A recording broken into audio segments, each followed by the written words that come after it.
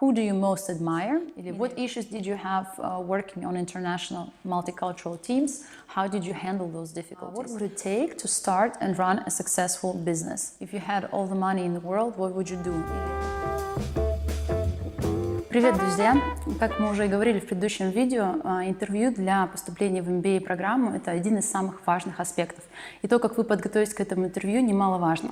Даже если вы очень хорошо сдали GMAT, даже если у вас прекрасные рекомендации, все равно вас пригласят на интервью, и тут вы уже сами за себя отдуваетесь. Поэтому самое ужасное, что вы можете сделать, это не подготовиться к этому интервью. Не подходите к этому, как говорится, неосознанно или как-то легко, что типа, ну, спросят, расскажу.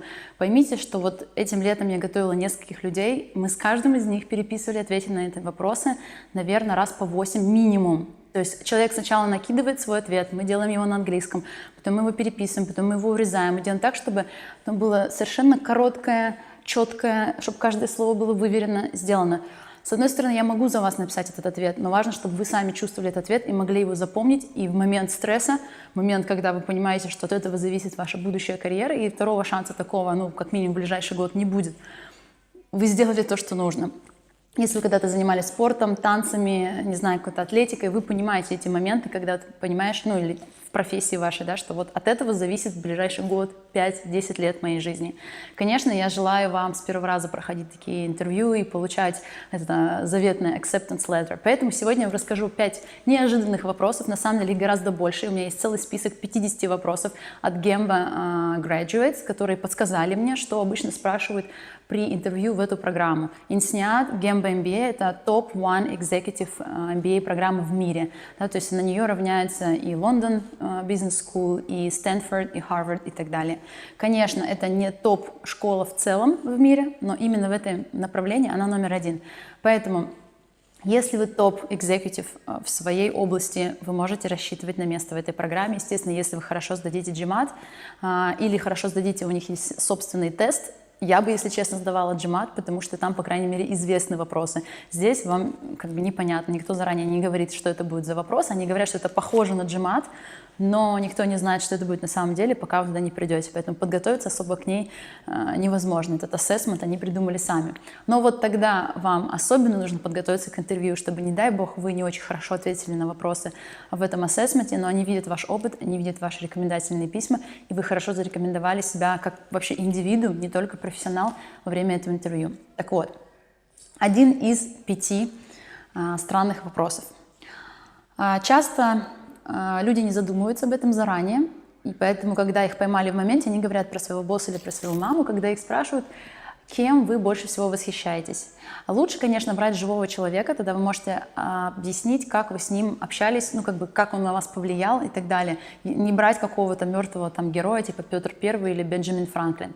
То есть звучит это примерно так. Who do you most admire? Или who do you ask for advice when you have a difficult situation? Who would you come to for advice when you have an issue? Или что-то такое. Соответственно, здесь берите живого человека, с которым у вас были какие-то деловые, скорее всего, отношения, или кто-то, кто вас очень сильно поддержал в сложной ситуации в жизни, ну не просто там вам дал совет, а кто-то, кто на долгое время вас поддерживал. Может быть, ваш партнер по бизнесу, может быть, ваш босс, может быть, кто-то, с кем вы постоянно работаете в команде, может быть, даже какой-то клиент, который очень долго с вами сотрудничал, и благодаря ему, например, вы сильно выросли, и весь свой бизнес подняли, там, весь свой отдел подняли.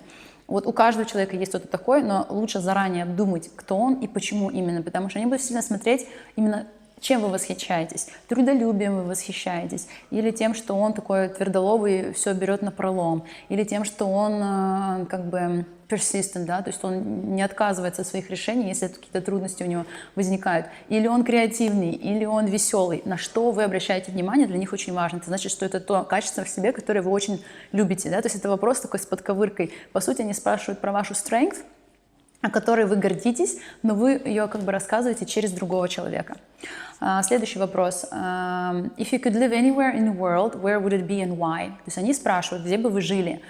Тоже вопрос с подвохом. Они не хотят услышать, что я хочу скорее отсюда уехать, мне здесь не нравится, фу-фу-фу. То есть они хотят увидеть, вы будете критиковать или же вы будете говорить позитивное о каком-то месте. И если это какое-то место, то уж вы точно должны аргументировать очень четко, почему именно его вы выбрали, да, чем оно лучше и так далее, какие возможности оно вам даст. Поэтому подумайте заранее. Так как сейчас все какие-то руководящие должности, все большие проекты подразумевают международное общение, точно что-то будет на тему того, как вы встречаете отличия в других культурах, как вы вообще с этим работаете и насколько вам легко, сложно. Естественно, надо говорить, что у меня уже был опыт, естественно, что вы уже умеете, вам нравится, вообще очень любите людей различных, для вас это раскрывает различные горизонты, делает вас лучше и так далее. Звучит это примерно так. Have you ever worked on an international team?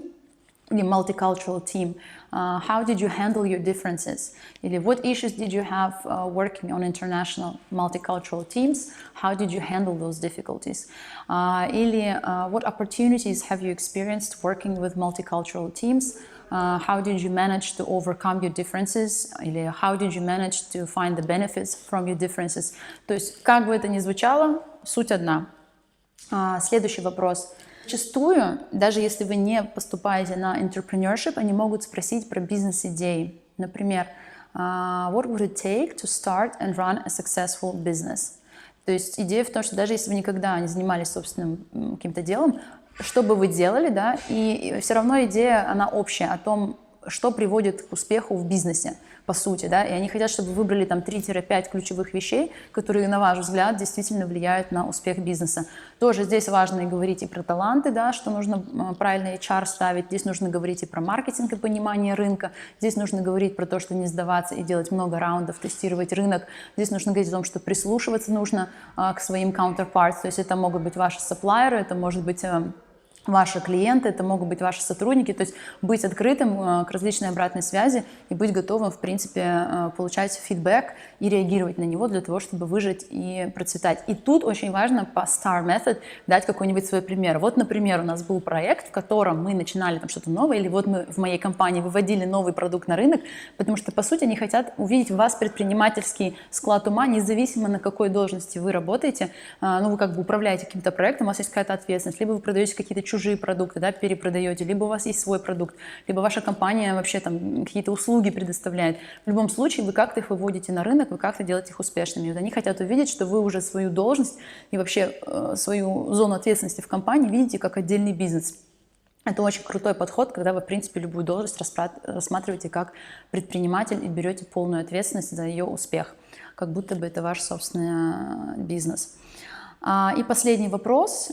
Они могут вас спросить просто, если бы у вас были все деньги в мире, чем бы вы занимались? То есть, if you had all the money in the world, what would you do? Или if money were not an issue, what would you do? Да? И задача, естественно, ответить не то, чтобы я бы тогда не учился, а вообще лежал бы на Гавайях и так далее. Задача тогда все-таки сказать, что я бы был в своей профессии, но я бы делал то-то, то-то, или я бы развивал это дальше так-то, так-то, или имея там неограниченные ресурсы, я бы создал то-то.